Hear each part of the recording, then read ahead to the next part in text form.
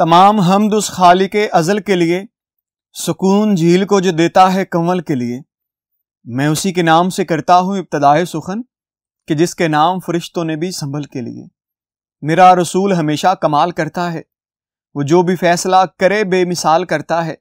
मेरे रसूल को शम्सो कमर से मत पहचान, कि ऐसे काम तो उसका बिलाल करता है।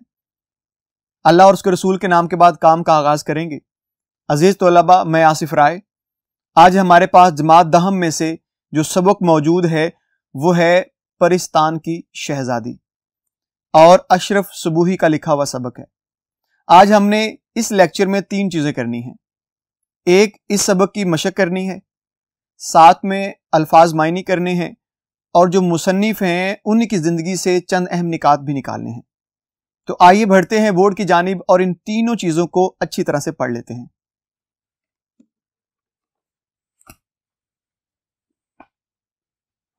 जी अजीज तुलबा, अभी हमारे पास जो सबक है वो है परिस्तान की शहजादी, अशरफ सुबूही का लिखा हुआ।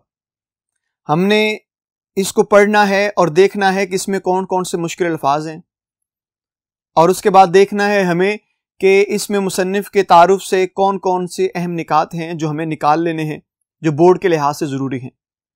और इसकी मशक में देखना है कौन से सवाल ज़रूरी हैं जो हमें हल करने हैं आज। तो आइए बढ़ते हैं और इनको पढ़ने की कोशिश करते हैं। जी अजीज तोलाबा, आइए मुसन्निफ के तारुफ की बात करते हैं और उसमें से अहम निकात निकालते हैं। मैं अहम निकात को बोलता जाऊंगा, आप अपनी ही किताब पर इसी मुसन्निफ के तारुफ से जो चीजें आपको मिलती जाएंगी, मेरे बोलने के बाद आप उनको खत कशीदा करते जाइएगा। सबसे पहले जो आपने आज मुसन्निफ अशरफ सुबूही, इनकी जिंदगी से जो पहला नुक्ता निकालना है वो है इनकी तारीख पैदाइश। यानी कि इनकी जो पैदाइश है वो 1905 में है और 1990 में इनकी वफात है। ये चीज आपसे पूछी जा सकती है सवालात में, जिनका मुख्तसर जवाब दिया जाएगा। ये 2 नंबर का सवाल आपसे पूछा जा सकता है, या इसके साथ ये पूछा जा सकता है कि आप पैदा कहां हुए थे। तो आप दिल्ली में पैदा हुए। उसके बाद एक सवाल और बनेगा जो इनकी जिंदगी से आपसे पूछा जाएगा, वो इनके असल नाम और कलमी नाम का फर्क है। यानी कि अगर अशरफ सुबूही का असल नाम देखें तो इनका असल नाम सैयद वली है। सैयद वली इनका असल नाम था जो इनके वालिदैन ने रखा, लेकिन जो इनकी शोहरत इनको मिली वो है अशरफ सुबूही। अशरफ सुबूही से ये मशहूर हुए, जिसकी वजह से इनका उर्दू अदब के अंदर एक नाम बना। ये 2 सवाल आपके पास हो गए जो आपने ज़हन नशीन करने हैं। इसके बाद आपके पास जो अगला सवाल बनेगा वो इनकी तसनीफ के बारे में है। कोई भी एक सवाल पूछा जा सकता है, अशरफ सुबूही की कोई से 3 किताबों के नाम तहरीर कीजिए या 3 तसानीफ के नाम तहरीर कीजिए। 2 नंबर का सवाल आ सकता है। इनकी किताबें जो हैं वो बड़ी मशहूर हैं, जिनमें से पहली है दिल्ली की चंद अजीब हस्तियां, ये एक किताब है इनकी। दूसरी है गवारे कारवां, ये दूसरी किताब है इनकी। और उसके बाद है झरोके, झरोके भी इनकी तीसरी किताब यहां पे मौजूद है।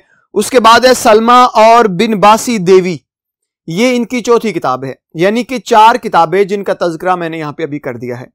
इन चारों किताबों में से कोई से 3 के बारे में एक सवाल पूछा जाएगा जो आपको बताना होगा, 2 नंबर का होगा वो। जी प्यारे बच्चों, ये तो था सिर्फ हमारे पास मुसन्निफ के तारुफ से अहम निकात का सिलसिला। अब हमें इसके मुश्किल अल्फाज के मायने करने हैं और देखना है कि हमारे पास इस सबक से कौन कौन से अल्फाज जो हैं वो मुश्किल हैं और हमें आज के लेक्चर में कर लेने हैं। आप भी ऐसा कीजिएगा, जो जो लफ्ज मैं बोलता जा रहा हूं उसी लफ्ज को आप अपने पास उसी किताब पे खत कशीदा करते जाइए और साथ साथ हो सके तो इनके मायने भी तहरीर करते जाइएगा। तो आइए इनके मायने को पढ़ते हैं। पहला लफ्ज जो बनता है मुश्किल वो है दौर दौरा। दौर दौरा का मतलब होता है रौनक। उसके बाद वज़ा, वज़ा कहते हैं ज़ाहरी शक्लो सूरत को, यानी कि जो आपकी ज़ाहरी शक्लो सूरत है उसी को हम वज़ा कहते हैं, वज़ाक़ता भी कहते हैं इसको। उसके बाद आपके पास लफ्ज बनता है हुनर। हुनर कहते हैं कारीगरी को या महारत को या फन को या फनकारी को। उसके बाद धाक, धाक लफ्ज जो है इसका माना है रोब, दबदबा, हैबत, ये 3 मायने इसके बनते हैं। उसके बाद है सरकार, सरकार कहते हैं हाकिम को जो आप पे हुकूमत कर रहा हो। उसके बाद है साईं, यहां पे लफ्ज जो है वो साईं इस्तेमाल हुआ है आपके सबक के अंदर, इसके और भी मायने लिए जाते हैं। साईं का मतलब मालिक भी है, और साईं जो है यहां पे जो मुसन्निफ ने इस्तेमाल किया है वो अल्लाह की जात के लिए इस्तेमाल किया है, सबसे बड़ा हाकिम वही है। उसके बाद जो लफ्ज बनता है वो है कान पकड़ना, मुराद है तौबा करना या अपने आप को बहुत कमतर ख्याल करना, इसका मतलब है कान पकड़ना। उसके बाद है टिकाई, टिकाई कहते हैं सहारा देना, यहां मुराद कपड़ों का टांकना है, यानी कि कपड़ों को सीना। उसके बाद आंखों पर बिठाना, बहुत ज्यादा कदर करना, बहुत ज्यादा इज्जत देना। उसके बाद है पालकी, पालकी डोली, पुराने वक्तों में एक छोटी सी डोली होती थी, उसको 4 लोग कंधा देते थे और उसको उठा के दूसरी जगह पे ले जाते थे। पुराने वक्तों में खास तौर पे ये डोली बनाई गई थी जो बादशाह सलामत होते थे उनकी बेगमात के लिए, उनकी शहजादियों के लिए, जो उनको बाआसानी उठा के दूसरे मुकाम तक ले जाया करते थे। उसे डोली भी कहते हैं या औरतों की खास सवारी भी कह सकते हैं आप इसे। उसके बाद है फुर्सत, फुर्सत कहते हैं फारिग होना, फुर्सत पा जाना, किसी भी काम को करने के बाद आप जब फुर्सत पा लेते हैं तो उसे कहते हैं फुर्सत। आंखें धुंधला जाना, मुराद है नजर का कमजोर हो जाना।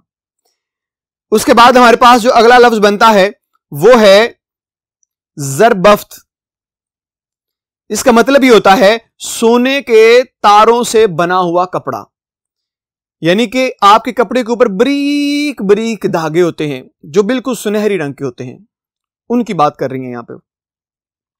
उसके बाद है अश अश करना, हैरत का इजहार करना, मशगला, शुगल, काम। बेओनत, कपड़ा नापना, कपड़े की जो लंबाई है चौड़ाई है उसको मापने को कहते हैं। कूक, इसमें सौत कोयल की आवाज, इसमें सौत, इसका मतलब ये होता है कि मुख्तलिफ आवाजों को देखना, हर चीज की जो आवाज है वो इसमें सौत कहलाती है। उसके बाद है सदके, सदके का मतलब है वारी जाना, जान फिदा करने के लिए तैयार होना। उसके बाद है वाह वाह, तहसीन का कलमा है, यानी कि किसी भी शख्स के अच्छे काम पर, बहादुरी पर उसे दाद दी जाती है, कहा जाता है वाह कमाल कर दिया आपने। तो ये लफ्ज जो वाह है ना, ये उसका जो हौसला है उसको बढ़ाने के लिए कहा जाता है, तो ये दादो तहसीन है। उसके बाद लफ्ज बनता है हमारे पास मुंह सूखना, मुराद घबराहट होना। सुरखुरू होना, सुरखुरू का मतलब होता है कामयाब हो जाना, इज्जत पा जाना, मर्तबा हासिल कर लेना। जी भर भराना, दिल मचलना। उसके बाद आतशी, आग का बना हुआ, मुराद जिन। दिल कुड़ना, दिल परेशान होना। रोंगती, रोनी सूरत वाली। वारी जाना, सदके जाना, कुर्बान होना। कलमुहे, मुराद है काले मुंह वाले, मुराद एक किस्म की गाली भी तस्वर की जाती है हमारे माशरे में, कलमुहा कहते हैं हम, तो ये कलमुहे है, मुराद काली सूरत वाला। उसके बाद अगला लफ्ज बनता है दीद ना शुनीद, ना देखा हो ना सुना हो। दीद कहते हैं देखने को फारसी में, और फारसी में ही शुनीद है, शुनीद का मतलब होता है सुनना, ना सुना था इस तरह का, ना इसका था देखा था। ताज्जुब, हैरान। जी उकता जाना, दिल भर आना। तरहादार, खूबसूरत। कारसाजी, काम बनाना। मुश्किल कुशा, मुश्किल को हल करने वाला, मुराद है यहां पे अल्लाह ताला की जात। धुन, मुराद है लगन, शौक, दिलचस्पी। खुंडला, खंडर। लौंडी, मुलाजमा। खाकी, खाक का बना हुआ, मुराद यहां पे इंसान है, क्योंकि इंसान खाक से तामीर हुए हैं, खाक से बने हैं, इसलिए उन्हें खाकी कह रहे हैं। भाड़ में जाए, मुराद दफा हो, या आग लगे। एकाएकी अचानक कलेजे पर चोट लगना, दिल पर जर पड़ना या दिल बुरा होना। जी भारी ना करो, दिल बुरा ना करो। दम के दम में यानी फौरन ही, यक लख्त एकदम से। उसके बाद अगला लफ्ज बनता है हमारे पास ब्याही, मुराद शादीशुदा। मुगलानी, कपड़े सीने वाली, मुराद दर्जन, दर्जन को भी मुगलानी कहते हैं। आबरू, इज्जत। बेनियाजी, लापरवाही, परवाह ना करना। ताकतें दगा दे गईं, मुराद हिम्मत पूरी तरह से जवाब दे गई। कुंबा, खानदान। गाड़ना, कढ़ाई करना, काढ़ना, कढ़ाई करना। उसके बाद हुनरमंद, कारीगर। गर्विदा, किसी का होकर रहना। जिगरा, हिम्मत, हौसला। कानड़ा, कानड़ा कहते हैं काने को, मुराद जिसकी एक आंख ठीक हो, एक आंख खराब हो, उसकी बिनाई ना हो, उसे कानड़ा भी कहते हैं, काना भी कहते हैं। आफत, मुसीबत, परेशानी। खातिर, खिदमत। सद रहमत, 100 बार रहमत, सद 100 को कहते हैं। सर होना, इसरार करना, जिद करना। उसके बाद अगला लफ्ज है ऐब, इसका माना है नक्स। ये लफ्ज जो हम पढ़ते हैं नुक्स, ये नुक्स नहीं है, ये लफ्ज है नक्स यानी खराबी। रंडापा, रंडापा कहते हैं ऐसी औरत जिसका खामद फौत हो चुका हो, उसे रंडापा, यानी कि खामद के मरने के बाद का जो उम्र का हिस्सा गुजारा है वो उसे रंडापा कह रहे हैं, उस उम्र के उस दरानिये को। उसके बाद दिल की, हातिम, खुले दिल की, यानी कि यहां पे लफ्ज हातिम इस्तेमाल किया गया है। हातिम तारीख के अंदर एक शख्सियत मौजूद है, उनके मुतल्लिक कहा जाता है कि वो बहुत सही थे। उनके दरवाजे पे कोई शख्स भी आता तो वो कभी भी खाली हाथ नहीं जाया करता था। तो हातम, तो यहां पे मिसाल दी गई है और तलमी इस्तेमाल हुई है कि दिल की हातम, मुराद हातम की तरह दिल था इनका, और जो भी हाथ में आता वो लोगों के अंदर तकसीम कर देते। लहर बहर, रौनक, खुशहाली। खुश मिजाज, हंसमुख। सुई का नाका, सुई का धागा डालने वाला छेद या सुराख। तरबियत, देखभाल। मुयस्सराना, मिलना, मुहैया होना। परिस्तान, परियों का मुल्क। लिहाफ, रिजाई। बेधड़क, बगैर किसी खौफ के। बाल बीका ना होना, कोई नुकसान ना पहुंचना। पित्ता फट जाना, अचानक शदीद रंज पहुंचना, खौफ ज़दा होना। कलेजे पर सांप लौटना, हसद करना, जलना, किसी की भी कामयाबी से जलना, उसकी अच्छाई से जलना, उसे कहते हैं कलेजे पर सांप लौटना। मिन्नतें करना, अपनी बात मनवाने के लिए जोर देना, यानी कि अपनी बात को मनवाने के लिए जो हम जोर देते हैं हकीकत में वो हम यही कर रहे होते हैं। उसके बाद बसूरना, बसूरना का मतलब है रोती हुई सूरत बना लेना। दागा, धोखा, फरेब, मकारी। कायदा, तारीका, सर पीट लेना, पछतावा होना। नगीने, नग या जवाहरात या हीरे मोती। यकसुई, मुकम्मल तौर पर। लाल, कीमती पत्थर। हवा से बातें करना, बहुत तेज रफ्तार होना। उसके बाद जोत, लौ, शोला, यानी कि जब आप दिया जलाते हैं तो दिया के अंदर से जो एक छोटा सा कपड़े का या किसी धागे का टुकड़ा निकल रहा होता है उसे ही वो यहां पे जोत कह रहे हैं, यानी लौ, शोला कह रहे हैं। खोट, मैल। यकनशुद, दो शुद्ध, एक ही क्या कम था कि दूसरा भी आ गया। इंशा अल्लाह, अगर अल्लाह ताला ने चाहा तो। रुखसत होना, रवाना होना। जी, उसके बाद हमारे पास अल्फाज है बेमुरव्वती। बेमुरव्वती का मतलब है मोहब्बत न रखना। असल, हकीकत। मकतब, मदरसा। जुटपुटा, शाम का वक्त, जैसे ही सूरज अभी गुरूब ना हुआ हो लेकिन हल्का हल्का अंधेरा आने लग जाए उसे कहते हैं जुटपुटा। नखरा, नाज। दो आने डोली, इतना फासला के कहार डोली वहां ले जाने के दो आने मजदूरी तलब करें उसे कहते हैं दो आने डोली।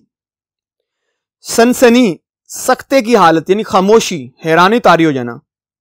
कहार, डोली उठाने वाले। कम वक्त, बुरी किस्मत वाला। खफा, नाराज।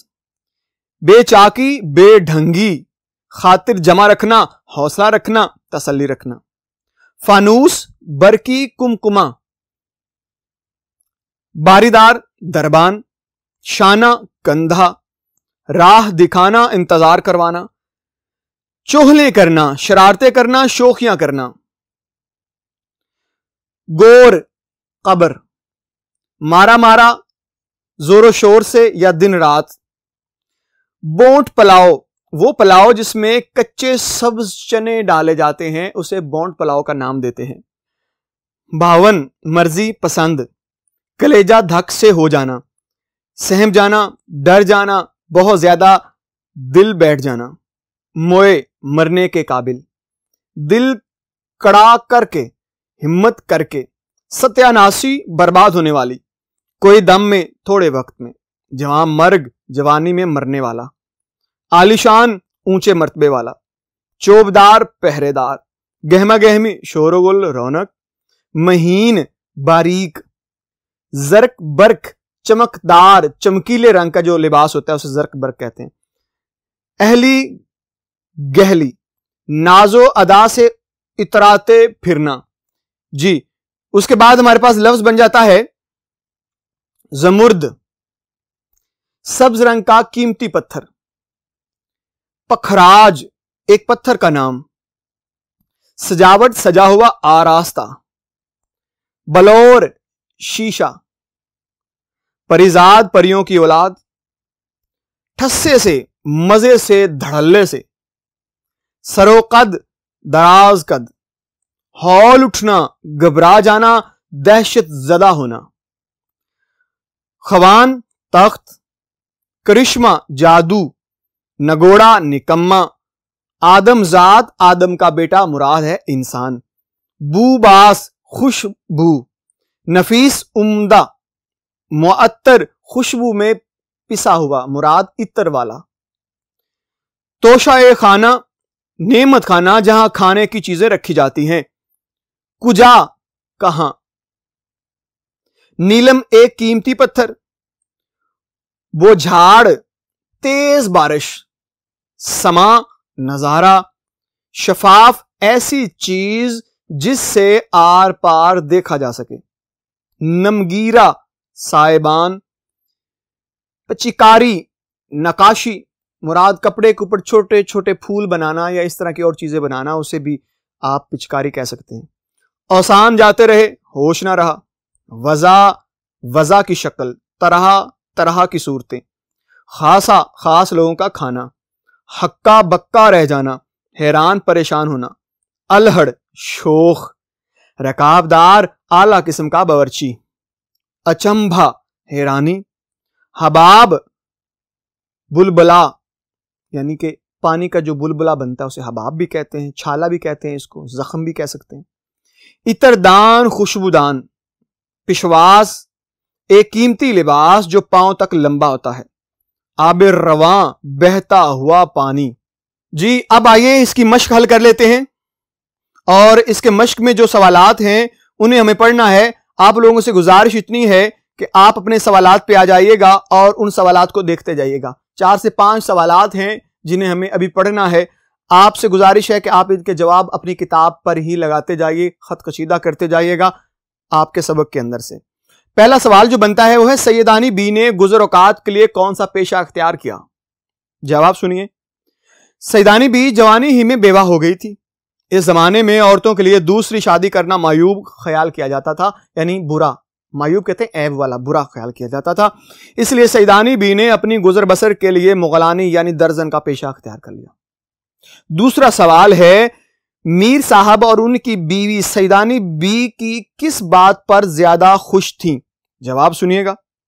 मीर साहब और उसकी बीवी इसलिए खुश थे कि सैयदानी बी उनके बच्चों को कुरान मजीद पढ़ाती, नसीहतें क्या करती, दोपहर को सीना, पुरोना और काढ़ना सिखाती, शाम को बावर्ची खाने में जाकर खाना पकाने की तरकीबें बताती, दोनों मियां बीवी खुश थे कि ऐसी शरीफ और नमाज रोजे की पाबंद हुनरमंद उस्तानी सिर्फ रोटियों की इवज कहां मुयसर आती है। जी, सवाल नंबर 3 है, यहां पे जीम लिखा हुआ है लेकिन सवाल तीसरा बनता है। परिस्तान के बादशाह ने सईदानी बी को किस काम के लिए बुलवाया था? जवाब, परिस्तान के बादशाह की बेटी की शादी थी और उसके जहेज का सामान टांकना था, यानी सीना था। इसी वजह से परिस्तान के बादशाह ने सईदानी बी को अपने पास बुलवाया था। सवाल नंबर 4 है, यानी यहां पे दाल लिखा हुआ है। बादशाह बेगम का असली नाम क्या था? जवाब, बादशाह बेगम का असल नाम जमुर्द परी था। सवाल नंबर 5 है और यहां पे हे लिखा हुआ है। परिस्तान के फलों की खास बात क्या थी? जवाब, परिस्तान के फलों में खास बात यह थी कि कोई भी फल तोड़कर मुंह में रखा जाए और जिस खाने का ख्याल दिल में लाया जाए वैसा ही जायका इस फल का आता था। और दूसरी खास बात यह थी कि अगर कोई एक फल तोड़ा जाए तो फौरन उसकी जगह दूसरा फल निकल आता था। जी, ये तो थे हमारे पास सवालात जिनके हमने जवाबात पढ़े। एक सवाल और भी है जो आपने खुद करना है, वो है कसीरुल इंतखाबी सवालात। उसको आपने अच्छी तरह से खुद से कर लेना है। अजीज तोलबा, हमने अभी जो सबक पढ़ा है इसमें 3 चीजें तो हमने अच्छी तरह से पढ़ ली हैं, जिसमें सवालात थे और मुश्किल अल्फाज के मायने थे और साथ में हमने मुसन्निफ का तारुफ देखा और उसमें से 3 सवाल हमने हल किए। उम्मीद करता हूं कि आपको यह लेक्चर अच्छी तरह से समझ आया होगा, आपने इसे अच्छी तरह अज़बर किया होगा। इंशाअल्लाह अगले लेक्चर में आपसे फिर मुलाकात होगी। तब तक के लिए मुझे इजाजत दीजिएगा। अल्लाह हाफिज।